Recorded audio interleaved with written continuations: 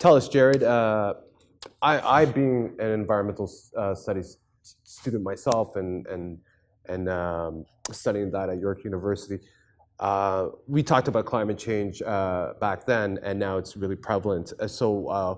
What made you decide to do a film about climate change, and how did you want to execute that in this film, and what you wanted to say about climate change?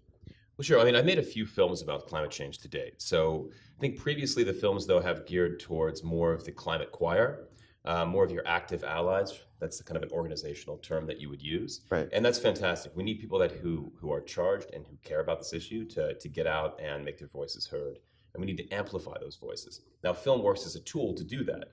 Because not only is it this 80-minute, low entrance barrier that everybody can watch, it also allows you to organize around it. You can create a conversation after the film, Right. a discussion, because films aren't ending points. You don't just watch it and then go out to dinner and that's it. Documentary films especially, they're supposed to catalyze a new conversation, Right. or catalyze a certain conversation that isn't being talked about enough.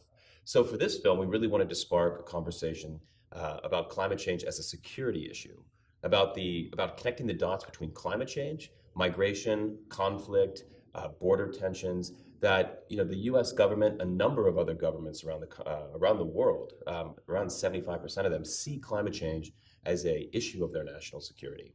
Do you feel that you had total freedom of saying what you wanted to say in this film, The Age of Consequences? Yeah, I mean, we work with we're an independent production, as many films are at Hot Docs. And so we work with donors who want to see this message being spread. And in that, we have creative control. Right. Now, we also have a responsibility. It's not my voice. I'm not in the film. I'm not the center of attention. You don't follow me as I discover, these things about how these dots are connected. We use the words of those who know this most. So admirals, generals, Army captains, Pentagon insiders, security experts, people that have been dealing with the idea of climate change and the issue of climate change on the ground, on the front lines, both out in the field and in the halls of power. How did you react when you actually were revealing the truth or connecting the dots or finding out shocking facts, or how did you handle the truth? Sure. I mean, I think that as filmmakers, we have a responsibility to tell a non-biased perspective of the truth, right? We're truth seekers. I mean, this is an investigation, it's an exploration. And so in that, like I said before, we have this responsibility. So I think that what we had to do, though, is usually these important things, they're usually, they're in the paper. It's filed under boring but important. There's a journalistic term for that too. It's called MIGO, my eyes glaze over. So I have to take this stuff that otherwise you should know and make it something that you want to know. Right. We have to take something that's not just educational and entertain you. So our job is to make a cinematic experience, right? Right. So you don't feel like, oh, I'm going to watch this broccoli of entertainment. That you're going to see a film that's artful, that's arresting, that's exciting, and then, oh, by the way, you also learn about how this is all structured. Now the concept is quite simple. Climate change makes everything worse. Climate change can act as one factor in a string of events that can create conflict. The terminology that the Pentagon uses in the U.S. is it's a threat multiplier for instability. So these are not left-wing kind of fringe groups. This is the United States Armed Services saying this is a really big deal. And in that, that's how you have to kind of see how these are connected, right? But in that, we explore the forensics of Syria, the Arab Spring, what's happening all across the Sahel in Africa, mainly Darfur. We look at how that's going to affect Bangladesh in the future, India, Pakistan, China.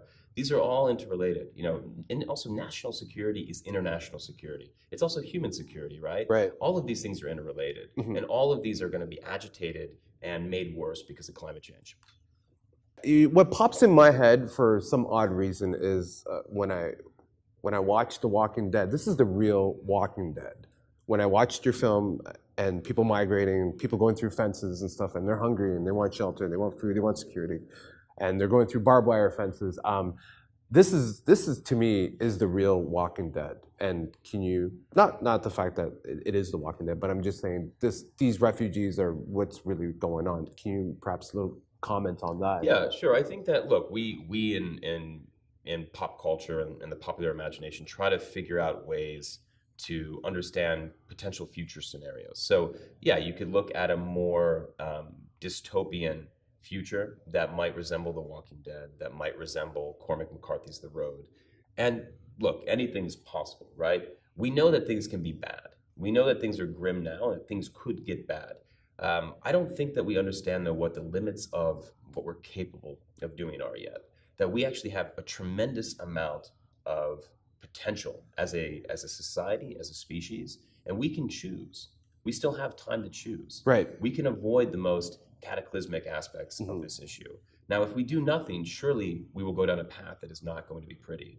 And I don't think it's a future that any of us want. Right. So I don't like to be a collapsitarian about it.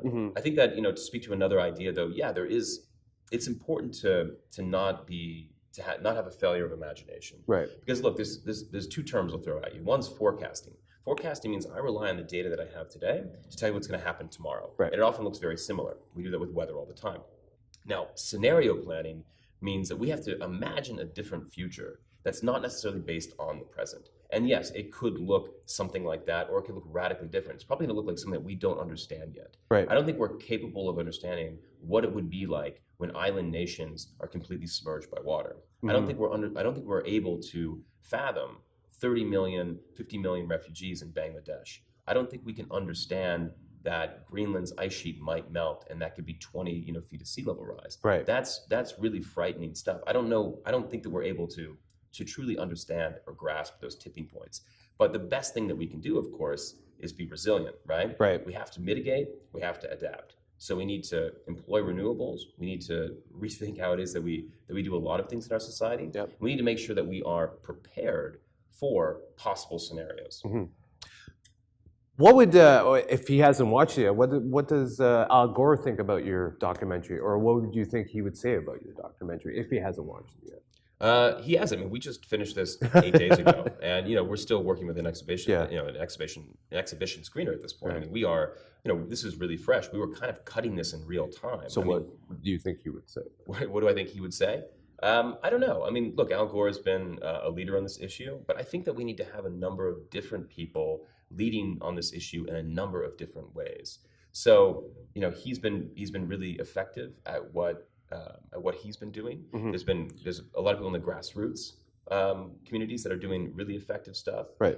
This explores the security space. Right. So this is less the UN and more the UN Security Council. Right. This is less the kind of the executive branch and more the Pentagon and even the legislative branch, because ultimately we need to change Congress, right? Right. In the United States, if we're going to have some kind of meaningful prescriptive policies in place to address this issue. But first, we have to address it. So what we hope, maybe what he would think and others would think, is that the way that we've approached it in this film, that will diffuse the partisanship around this issue in the United States. We seem to be kind of out there on the ledge alone. Right. A lot of other countries have come to grips with this. Right. There's still a lot of cognitive dissonance in the United States, and obviously a lot of that has been is intentional. I mean, Right. there's been an effort by a number of organizations to enhance the uncertainty around climate science for years. This goes back, as we know, this is an Exxon thing. This goes back to the same tactics that big tobacco used.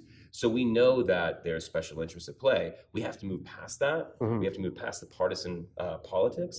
We have to see that the military is not going to save us at all. They are the last resort when it comes to solving this. But when they come out and say we have to worry about this, we need to pay attention to this, we need to do something about this. When they provide risk assessment after risk assessment, Right. that should wake people up, no matter what your political persuasion is. I think that's what we need to do.